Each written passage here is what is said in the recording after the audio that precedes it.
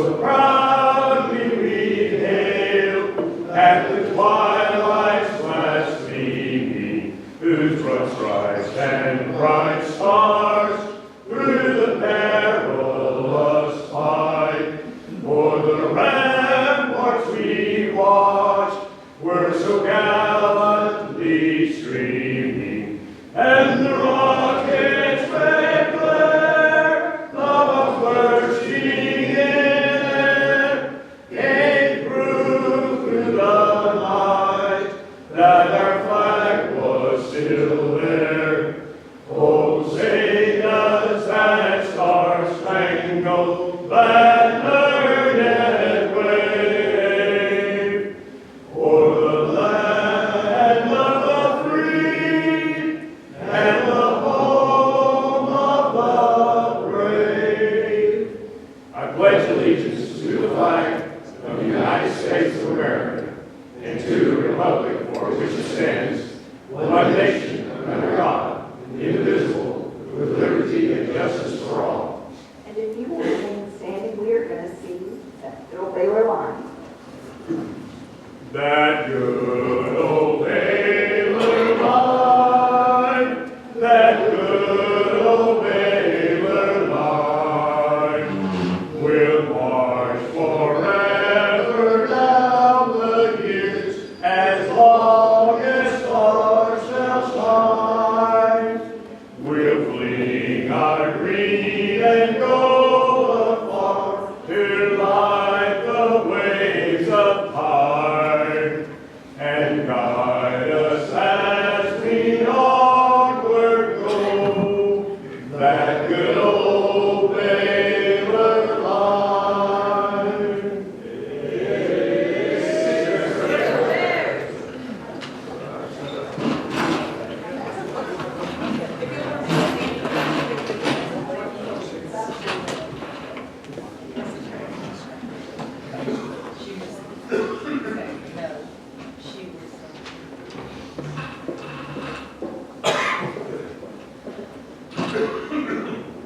Please join me in prayer.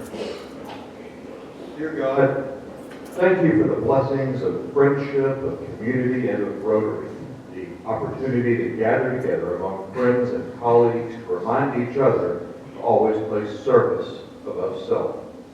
We pray for the well-being of our fellow Rotarians and of all people across the globe. We ask for your protection for those men and women around the world in uniform, protecting our freedom to enjoy life, liberty, and to pursue happiness. We ask for your wisdom and guidance as we serve you through our various leadership roles in our businesses and in our community, and we ask that you keep us mindful always of the needs of others first. Please bless the meal we share today, God, and bless the hands that prepared it. Specifically, bless each one of us present here that we may serve you in all that we do. Finally, we thank you for the gift of competitive athletics and specifically for the gift of the great sport of baseball. And we ask that you might smile over our Baylor Bears while they play this season, help them to tell strikes from balls, grant their bat speed and their arm strength, give the outfielders and the infielders the reflexes and speed of a bear chasing down a hiker with a backpack full of honey. Please bless Coach Mitch Thompson as he speaks to us today, and more importantly, as he leads an outstanding group of young men through the next season. In your name we pray. Amen.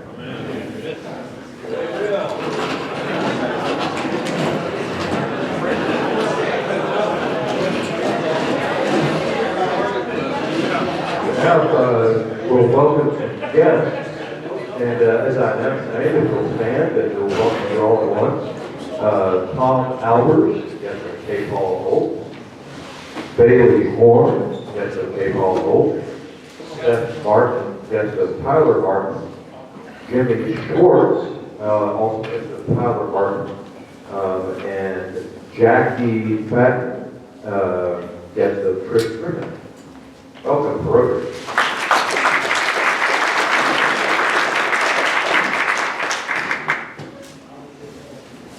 All right, before I have a few announcements, but before we get started, we have a special birthday. Leonard Englander is 21 years old today, so we could just give him a round of applause.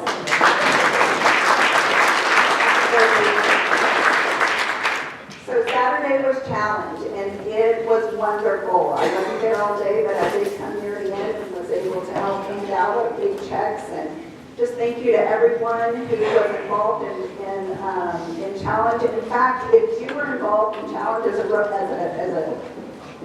big member, or if you volunteered on day of, if you wouldn't mind standing, we'd like to thank you. Tyler, I see you back there.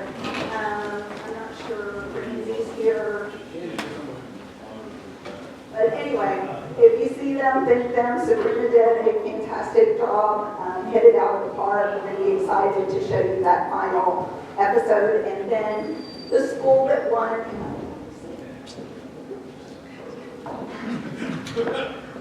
So Vanguard came in first place, and Crawford came in second, and it was very, very close and exciting. So we're looking forward to bringing them here and sharing those final episodes with all of you. We will send out the air schedule so that you can check each episode. Awesome. The other thing, Youth Citizenship Award table sponsors. $250, we still have 20 left. Please see Joanne and sponsor a table. If you would like to sit with a particular school, please let us know. We definitely want to try to honor that. And then that's it. That's all I have. That's all the announcements I have today, but we have some exciting, next is really exciting because we've got Paul Harris Fellows. I'm going to invite David together here to present some pins.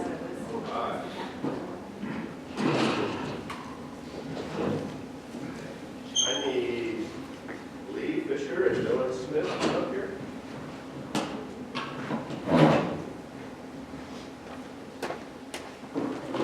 Yeah, come on back around here.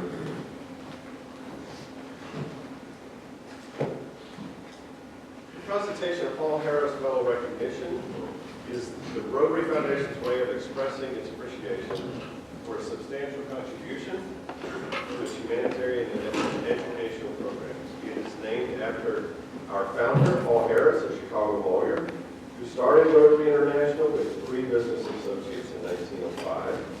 While it is named for our founder, it wasn't until 1917 when Rotary International President Arch Plump had the foresight to begin the Rotary Foundation. We move closer to a world of peace and goodwill today as Lee and Dylan become a Paul Harris Fellow. So I've got 2 pins here. Dylan, yours has looks like a blue, I'm not sure what stone that is. It's in recognition that you are a Paul Harris Fellow +1. Which means that you've not only become a Paul Harris Fellow, but you've given an additional $1,000 to the Rotary Foundation. And we thank you for that. Congratulations.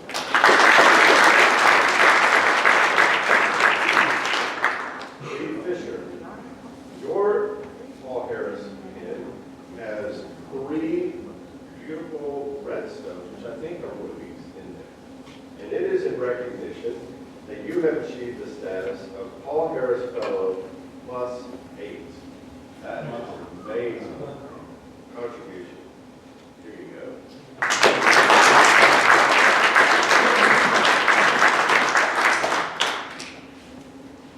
Your gift to the Rotary Foundation's educational and humanitarian programs is a commitment to peace and to a better life for people across the world whom you and I may never meet. This is truly a selfless action. Demonstrate your commitment to our common goals of world understanding and peace. It is because of gifts and commitments like this that our Rotary Foundation is able to carry out an array of programs that achieve beneficial changes in our world, improve living conditions, increased food production, better education, wider availability of treatment and rehabilitation for the sick and disabled, new channels for the flow of international understanding, and brighter hopes for peace. Thank you, Dylan. And thank you, Lee, for your contributions.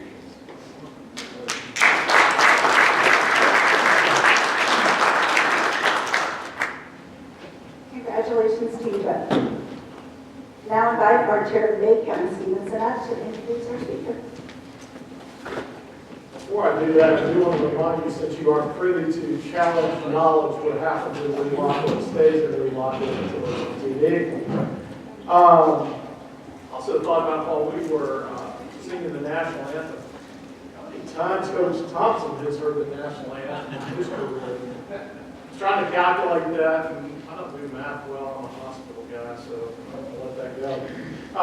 So, without further ado, Mitch Thompson was selected as the 20th head baseball coach in Baylor program history on June 15, 2022. After 9 seasons as the head coach at MCC and a previous 18-year stint as an assistant at Baylor, Mitch has more than 30 years of coaching experience.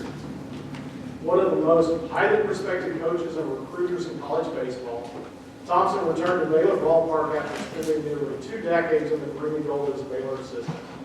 He previously helped lead the Bears to 3 Big 12 conference titles, 12 NCAA regional appearances, 3 super regional appearances, and the 2005 College World Series during the most prolific stretch in Baylor program history from 1995 to 2012. In 2014 and 2022, Thompson built Waco's own McLennan's Community College into one of the nation's premier junior college programs, coming off back-to-back JUCO World Series appearances, including the 2021 national title. In his prior 18 years at Baylor, Thompson helped coach 10 teams to 41 seasons and set team records in virtually every offensive category. During his tenure, Thompson guided 97 All-Conference honorees, 16 All-Americans, and 13 freshman All-Americans. Additionally, Baylor's top 5 winningest seasons came during Thompson's tenure. His recruiting classes were ranked among the nation's top 25 6 times, including a #1 ranking in 2005 that led to Thompson being named Baseball America's American Baseball Coaches Association National Assistant Coach of the Year. Thompson began his coaching career as a graduate assistant for the legendary coach Ron Polk at Mississippi State for the 1990 season. Then spent the 1991 season at Radford before returning to Mississippi State for the 92 and 93 seasons as assistant coach and director of baseball operations. In 94, Thompson was assistant coach at Auburn under ABCA Hall of Famer Hal Perry. Thompson is a 1988 honors graduate of Fort Hays State in Kansas, where he twice earned academic all-conference honors in baseball and served as a team captain as a senior. He began his collegiate career at Cloud County Community College before spending a year at Macomb College before transferring to Fort Hays State. Thompson toured Europe in the summer of '87 with Athletes in Action, the athletic ministry of Campus Crusade for Christ. He earned a master's degree in physical education from Mississippi State in 1991. Thompson is a native of Goodland, Kansas. He and his wife Amber have 2 daughters, Mary Connolly and Caroline, who are both Baylor graduates. Join me in welcoming Coach Mitch Thompson.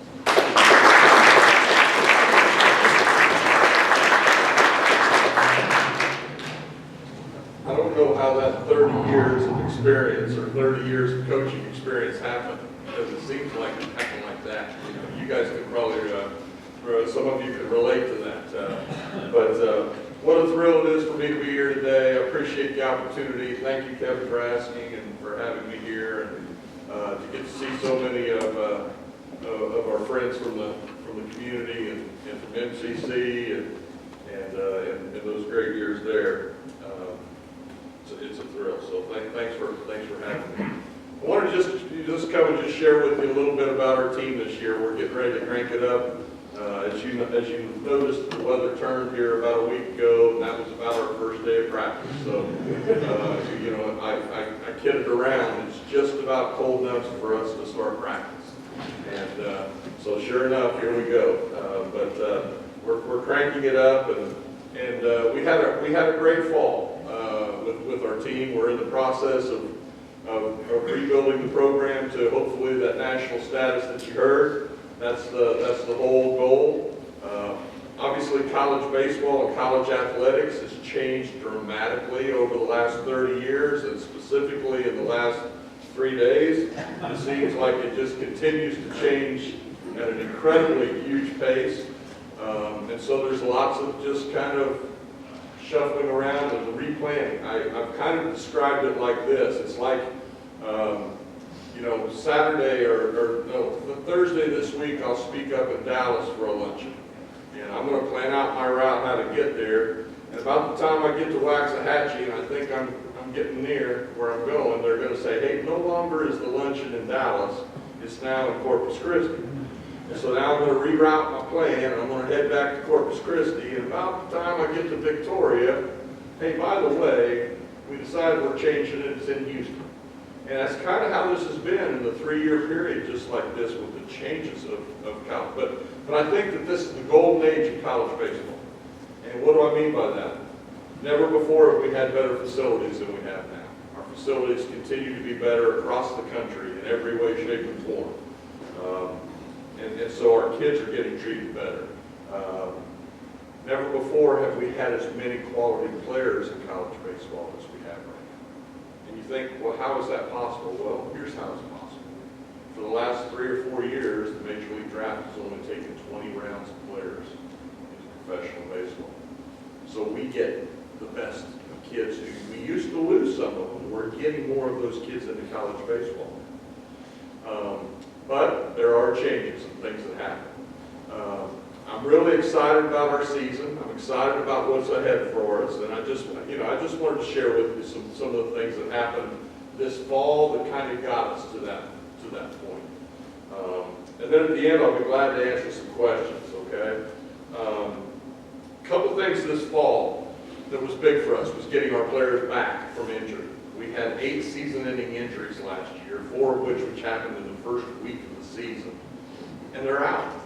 You lose your 2-hole hitter, your 3-hole hitter, your 5-hole hitter from your lineup, and you have 50 games left to play using backups. It's a daunting task, and it was tough. It was a tough year. Well, we got most of our guys back, and almost all of them came back and are in healthy positions now. So hopefully, knock on wood, we can keep them healthy, and we can keep making progress there. But this fall, we had several things that were true highlights. Okay, and these are all testaments to our players, but I think they're also testaments to our coaches, to our administration, for some of the things that Baylor's made important. Okay, first thing I'll share with you is that we had 7 kids profess their faith in Christ this fall. We had 7 kids who made their decision that they wanted to be baptized. Totally 100% player-led. Baylor has given me a paid position to hire a team chaplain, okay, for our baseball program. And that alone tells you a little bit about some cool things, because that's unique. Nobody else does that. Everybody else may have a team chaplain, but nobody's paying. I decided to hire Byron Weathersby and Bob Johns, 2 local folks who have been in ministry here for, maybe 100 years together. I don't know, it's a hunch, right? Bob Johns, probably the greatest youth minister in the history of the world, just retired when I got the job, and I wanted him to come. And Byron Weathersby, who had been our chaplain here previously, said he wanted to be a part of it. We brought Byron back. And so those 2 guys have tag teamed it with our players. One of them is almost at practice every day, hanging out, developing relationships. We run a weekly Bible study with the kids. Well, some of the kids started talking about they'd never been baptized, and they're talking with some of the other players about it. And so the players there said, hey man, well, let's get you baptized. Let's do this. And so they said that they wanted to do that. They went to Byron and Bob and asked, how do we do it? Byron and Bob says, we can do that, no problem, let's go. They called me and said, what do you think? Can we baptize this kid? And I said, absolutely. And then they said, well, where do you want to do it, Coach? And I said, well, where do they want to do it? It's their baptism. Do they want to do it at the Brazos? I said, I wouldn't recommend it. But hey, if you do, we can do that. Do we want to do it at the Student Life Center? Do we want to do it at my house, in our pool, in my backyard? We want to do it at the field. And so we did. The coolest part about that was to hear each of those kids' profession of faith, how they got there. But the most blessing part for me was hearing that it was one player on our team who had an impact. And each one of those kids, they picked out one other player to stand up there with them when they were being baptized. And that's, you know, that's iron sharpening iron right there, folks. That's as good as it gets. So that's a real highlight for us. That tells you a little bit about the kind of culture we got going on our team and type the players that we have going. A couple other highlights from the fall. Okay, our players, we felt like one of the biggest needs we needed was to improve our strength. Baseball's such a game of strength, you know. I mean, they had this thing called the steroid era back in the day because the best players in the game knew that added strength would affect performance. Now, I'm never saying to cheat. Don't ever take the steroids to get there. But added strength affects performance, and it affects it for the big leaguers. It'll darn sure affect it for an 18 to 22-year-old kid. And so we wanted to get very active in the weight room this fall and continue to try and develop that strength. We hired a new strength coach, Dan Darcy, came from Lamar. Our new pitching coach, Sean Snedeker, when I hired him, I said, hey, I've got to hire a new strength coach. He goes, I got your guy. He put me in touch with him. I made one phone call. I was kind of a little skeptical. We'll wait and see. I've got some other irons in the fire. Our associate strength guy, who's over all of the Olympic sports, called Coach Darcy on the phone, interviewed him on the phone, called me and said, I don't think you're going to be interviewing more than one guy.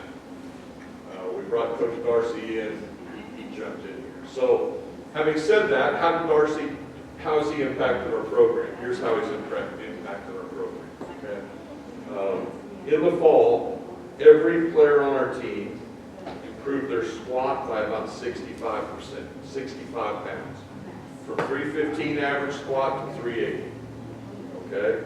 Every player on our team improved their bench press from 180 to 205 average. Every player improved their deadlift 122 pounds on average, from 378 to 500.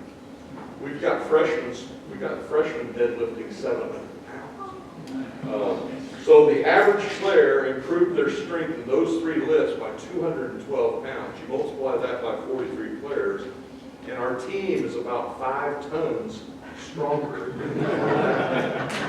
Okay?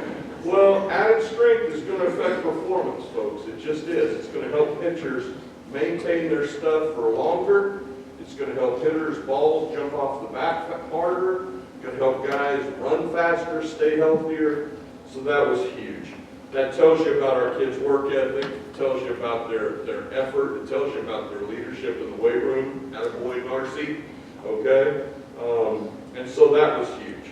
The baptisms is one. The strength gains is 2.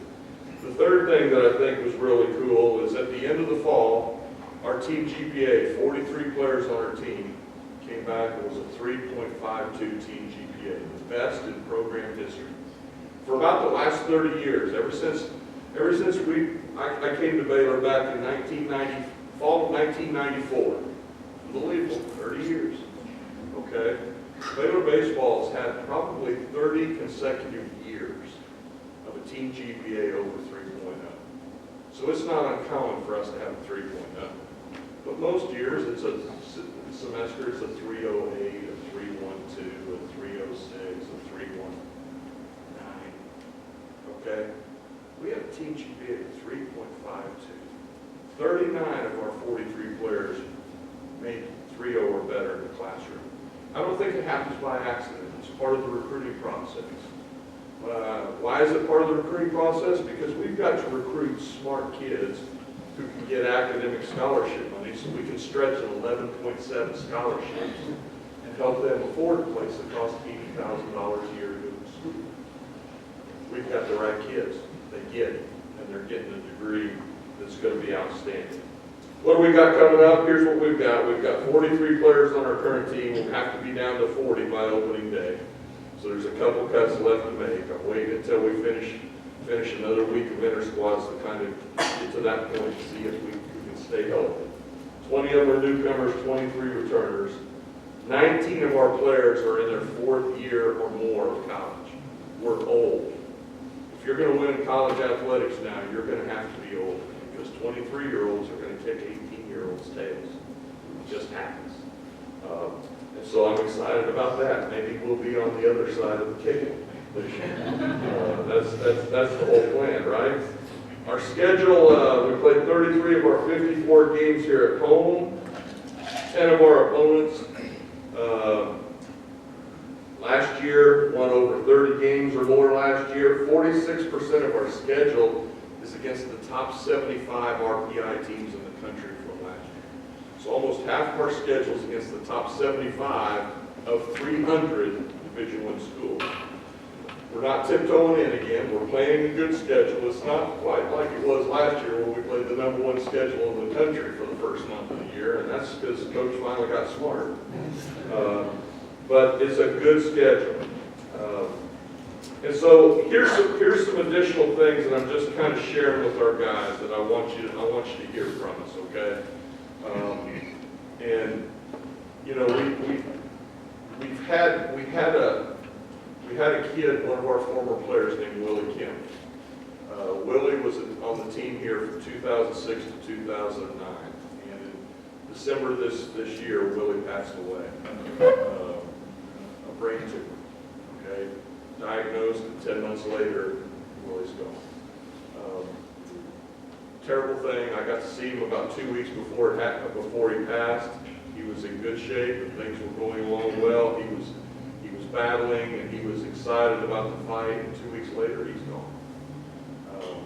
Initially, they told him he had probably 3 years, and they narrowed it to 2 years, and it ended up being 10 months. 37 years old, in the prime of his life, beautiful wife, 5 kids under 7 years of age, okay? 5 kids under 7 years of age. 5th generation Castroville, Texas kid from his family. 5th generation. Well, we went to Willie's funeral, which was an incredible blessing. At his funeral, we had 4 former Baylor baseball coaches there. Myself, Steve Smith, Steve Johnigan, and Trevor Moe, who were his 4 coaches when he was here. We had 23 former players who showed up. We're in an era of NIL and college athletics where college athletics makes no sense anymore. Makes no sense. Kids bail from one school to the next, to the next, to the next, all depending upon who's going to pay me the most, and put money in my pocket and tell me that I'm the best ever. We are in the NIL game now. We are in it. Baseball, for the first time, we've had some help there. It's going to give us a chance to be more competitive. But at the same time, I don't ever want to get in the place where we lose what we had, where we lose the culture. You know, talking to Kevin here today, he tells me that 50 to 60 of his fraternity brothers to this day still get together. They have a golf tournament. They end up supporting our Baylor baseball program in honor of their former fraternity brother, Steve Macco, who was a Baylor All-American here. They end up supporting work in the military of someone else who passed away. And that's what they do. My message to our team is just this. Teammates are forever. They're forever. They won't go away. These will be people that you will die and they'll be some of your best friends. And you will live life together. I've got to make sure that my players get that. Baylor's an unbelievable place. Waco's an unbelievable place. State of Texas is, oh my goodness, you're going to want to live in the state of Texas. Man, look around, right? What a place. But I've got to get our kids to understand that the grass is not always greener just because somebody puts an extra dollar in your pocket. Okay? We have places in the state of Texas that are paying in college baseball $4.5 million a year in the baseball team. NIL. Give me a break. Give me a break. We have totally lost our mind. We can't lose what we have with Willie Kim. Okay? Willie's former teammates, they're putting together a fundraiser for him. We're raising funds to try and support Willie and his family, to try and help his beautiful little wife and his 5 kids make That's teammates are forever. That's forever. That doesn't happen when you transfer from one school to the next, to the next, to the next. It doesn't happen. This way we get to live life together and we grow up together. So I'm preaching to our guys that teammates are forever. Don't take it for granted.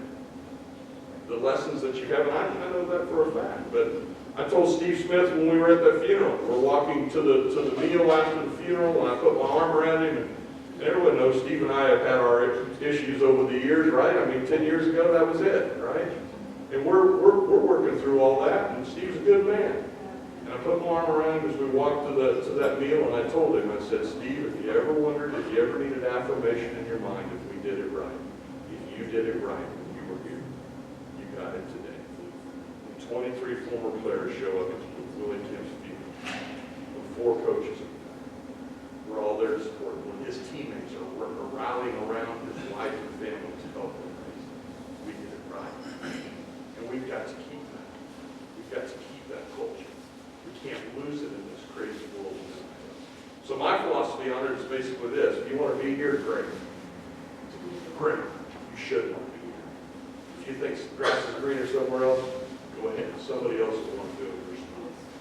I'm not going to get in a bid anymore. I'm not going to win a bid anymore. Baylor's going to get good kids here because Baylor recruits good kids. The good Lord's going to take care of us. He's going to bring in the kids that we want. We're going to go take them. We're going to go win them. We're going to grow them up. We're going to help them do well in the classroom. We're going to help them grow in their faith. We're going to help them build teammates that will last them forever. And this will be an experience that will go on forever. We're going to keep that culture. And while we do it, we plan to win a lot of baseball. Teammates are forever. Second thing I'm sharing with them is just, we've got little wristbands, and there's really 3 thoughts on this wristband. Okay? Number 1 is bring it on. Bring it on. If anybody's paying any attention to college-age kids these days, they're not as tough as you guys were. They're not even close. It's not even close. It's change. Something goes wrong, and man, it derails them. We've got to help these kids figure out that life's going to be tough. There's going to be things that are going to derail you. You're going to have to get back on. You rely on your faith. You rely on your family. You rely on your friends. You get up and dust yourself off and get going again. So my message to them in saying bring it on is just simply this. Bring it on. There's going to be challenges. Bring it on. Bring it on. We expect the challenges. We love the challenges. We want the challenges. Because we know that iron sharpens iron, and it's going to make us better. In the end, we're going to get through it all together with our faith, our family, our friends, the people we're with. We're going to get through it. Bring it on. Number 2 is I want them to really focus on an attitude of gratitude. An attitude of gratitude. It's hard to moan and complain. And instead of worrying about what you don't have, you're focused on what you do have. You're focused on what you got. So I want our guys to be aware of it. I'm thankful for what we have. You guys touched me in here today right from the get-go when we started the meeting. Right from the get-go. All right? What did you do? You stood up, you sang the national anthem. You said the Pledge of Allegiance. Okay? That's awesome. I'll tell you how important I think it is. We're going to practice it. We'll practice it multiple times before we take it to the field and do it for real game day. I'm going to tell my guys, this is how we do the national anthem. You're going to stand with your heels together. You're going to have your chest up, your head held high. Your fist, left hand is going to be in a fist at your side. Your right hand will be with your heart, over your heart, with your hat on your heart. And I'm going to check. This is how we're going to do it. This is how you'll do it the rest of your life. You need to understand and have an attitude of gratitude. Where are you from? I'm American.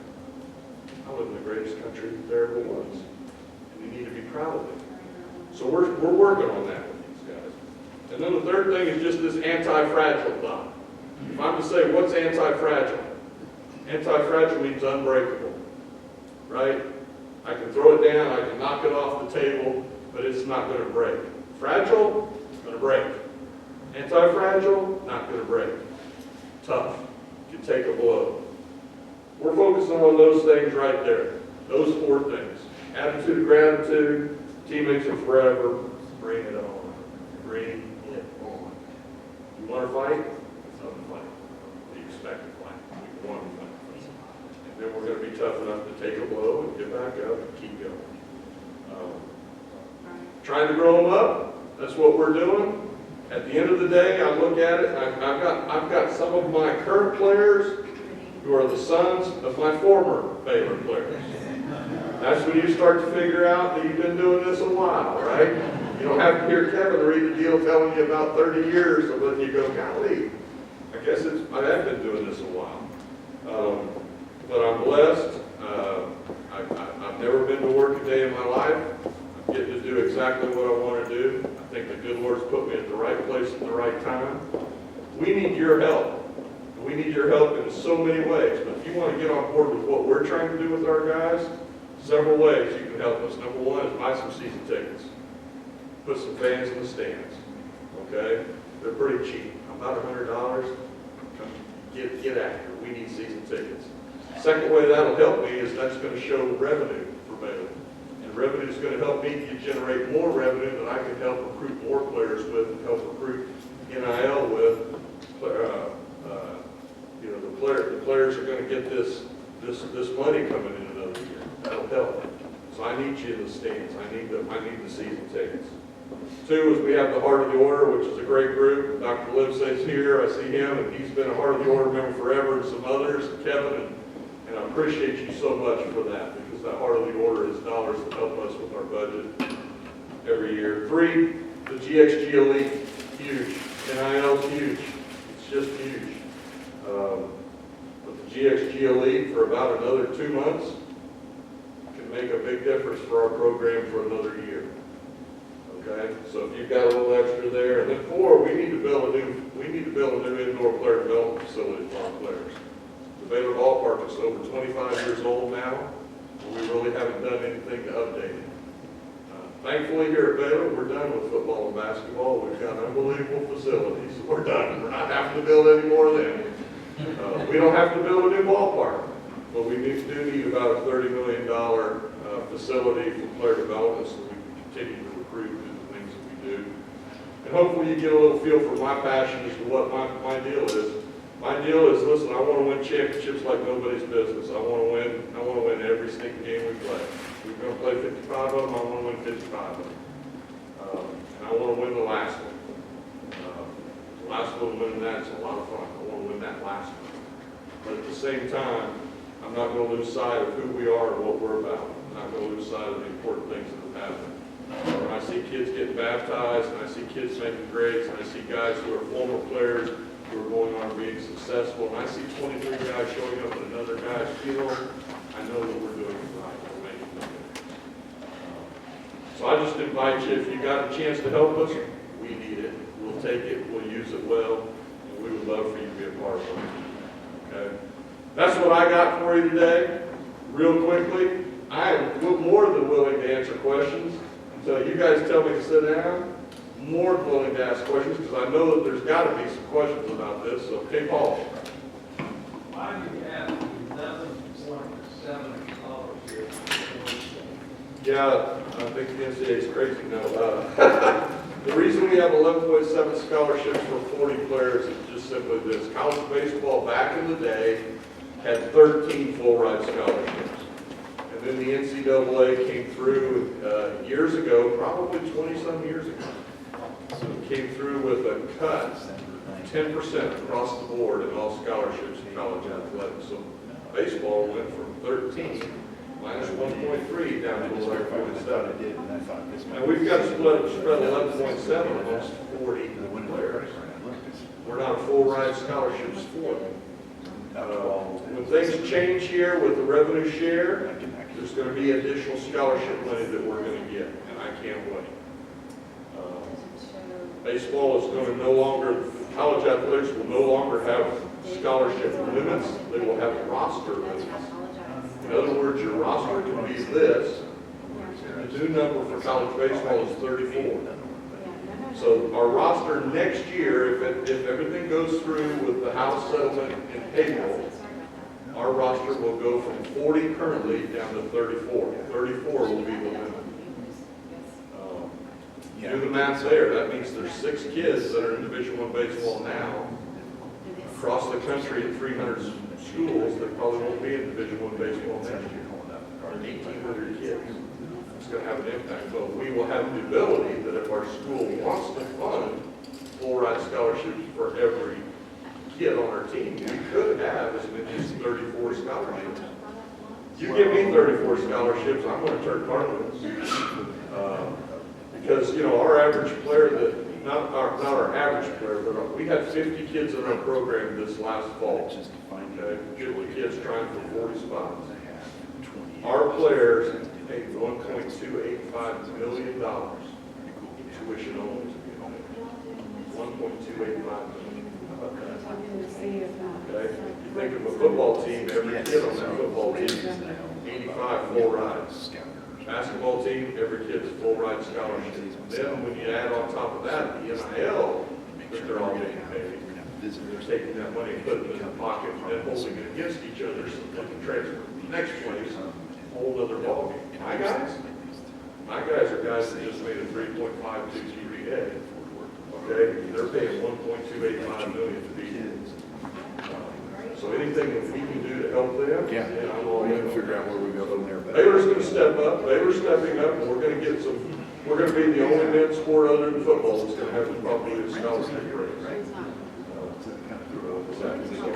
Because I definitely would love to see where it Yes, sir. is at right now. You kind of carry the ball a little extra 5 yards to score. Yep. Because Season tickets are for sale right now at the ticket office, right? You can just jump online, BaylorBears.com, click on tickets, you can get them. Pretty simple. Get your credit card out, they'll send them to you and be done with it. it will be We'd very, love to have them. Yes. I would say, I've been hearing a lot about analytics these days. Yeah. How do you guys use it? experience, not have to. Yeah, we've got a full-time position on our staff. Brian Furlong is our Director of Player Development, Director of Pitching Development. Reason for always Analytics, it's crazy how it's changed in college baseball, it really is. protected. We have several different things that we purchase to help our coaches go through that. One of them is called Synergy. Synergy is basically a video platform where we can actually watch every pitch of every at-bat or every pitch for every pitcher that they've thrown in their college career before we play. Okay, so we can fill it down through all these different filters, and we can see all these different things and watch the video. So there's no hidden things out there. Everybody's pretty much got a TrackMan or a Yacker Tech, which is going to tell us the velocity, the spin rate, exit velocities, the launch angle of all balls that are hit, all these things. And so we can get a lot of information on our opponents that way, but we can also use it as a method of training and developing our players. Through pitch design, we're blessed to have a pitching lab. We've got a TrackMan in our lab. We've got all the technology in there. We've got a group of a staff of undergraduate and graduate school master's degree kids who are part of our program that are sifting through a lot of this stuff and feed our coaches. So, you know, we might use it to see just a slight variation in where a pitcher is releasing his fastball to his breaking ball. And, you know, a trained eye can see it, but you can't always communicate that to the athlete. You know, we can tell him, hey, you're lowering your slot on your breaking ball of your fastball, but he might not believe it. Well, we've got the proof. It's right here. You can see it in the data.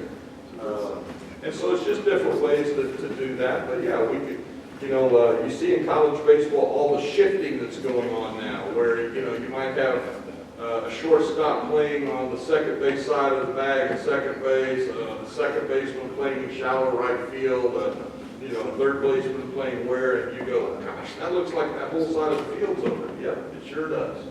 And it is open. But the reason it's open is because this guy is going to get 85% of all balls and hits. It's going to be right here. And we'll have the data to walk in the streets. And everybody else will have it on us too. So there's no secrets out there. The old thing of coaches kind of out coaching and out foxing other guys, pretty tough to do anymore. It's just your players going to be better than their players at home. So analytics is huge in the game. And what it does too is for professional baseball, it just lets these kids see where they rank with the professionals, with the big leaguers. And you know, I've got this, my spin rate on my breaking ball is tremendous. It's better than major league average. Well, that's going to draw attention. So if you can perform a little bit, you've also got the data with it. That's going to help you get drafted time. Little things like that all work together. We've got a full-time position for that, along with all those So graduate what students happened and is, stuff I went we're working into- at. It's been a lot of work on that development last year. The general manager said, hey, Jim? With the Big 12 increasing to 16 games this year, will you still play school 3 times? because I'm working. Yeah, we will play Friday, Saturday, Sunday series. That's right. We just won't play everybody. There's 2 teams a year we won't be playing right now in our conference, and it'll rotate. So yeah, 3-game series, Friday, Saturday, Sunday. Working on my certification right now, which is called. You know, we lost Texas and Oklahoma from last year, but we gained Arizona State, and Utah in college baseball. Arizona and Arizona State combined won 9 national championships in college baseball. Big 12 baseball isn't going anywhere. It's just as competitive as it's ever been, and it'll continue to be as competitive as it's ever been. Wonderful. Probably with as good a players as it's ever been. So this year we play 10 conference series, 5 at home and 5 on the road. Can you believe Our that? 5 on the road are at Arizona, Kansas, Central Florida, TCU, and Texas Tech. Our 5 at home are against Kansas State, Oklahoma State, Arizona State, Houston, and Utah. So we don't play BYU or West Virginia this year. That's how that's going to happen. 14 schools play baseball. Only 14 out of the 16 play baseball. So Iowa State and Colorado don't currently have baseball. Yes.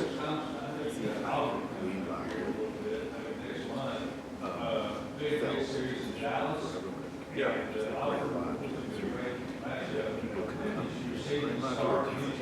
Yeah, that's a big one. Valentine's Day, February 14th. You can bring your sweetie out there to the ballpark at 2 o'clock. Come watch us play. Go get a dinner afterwards. Pretty good opportunity there. Might want a blanket. Don't know. Might work out, but we will open up February 14th. 3 of the first 4 weekends we're at home. We play Youngstown State here. So much. Valentine's weekend, Friday, Saturday, Sunday. We follow that up the next week with a 3-game series with Gonzaga from the West Coast Conference. Then the 3rd week of the season, we go to Globe Life in Arlington, play Oregon State, nationally ranked top 10 Oregon State, Ohio State, and Auburn. They're a very challenging weekend there. And then the 4th weekend, we're back home against Loyola Marymount to start conference week 5. So it's fixed to start, right? It's fixed to start. A year. Anything else? Guys, I appreciate you so much. Thank you for your time. Thank you for your support.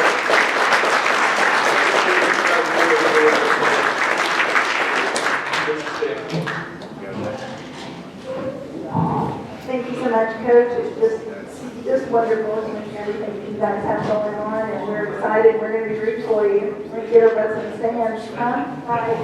Okay. Thank you to everyone who helped with the program today. Thank you for our visitors. We hope to see you again.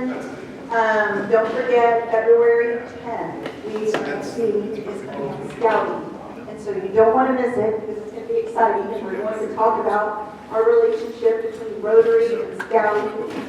It's a long historical relationship, and we've got some great projects coming up with them. And so I'm super excited to be able to share all of that with you guys on our next meeting. Now, everyone can stand up. Join me in reciting the Pledge of Allegiance.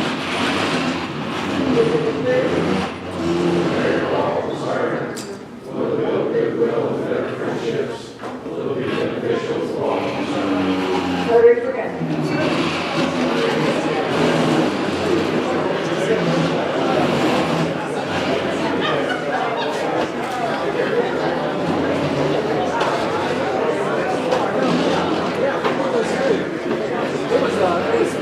go there.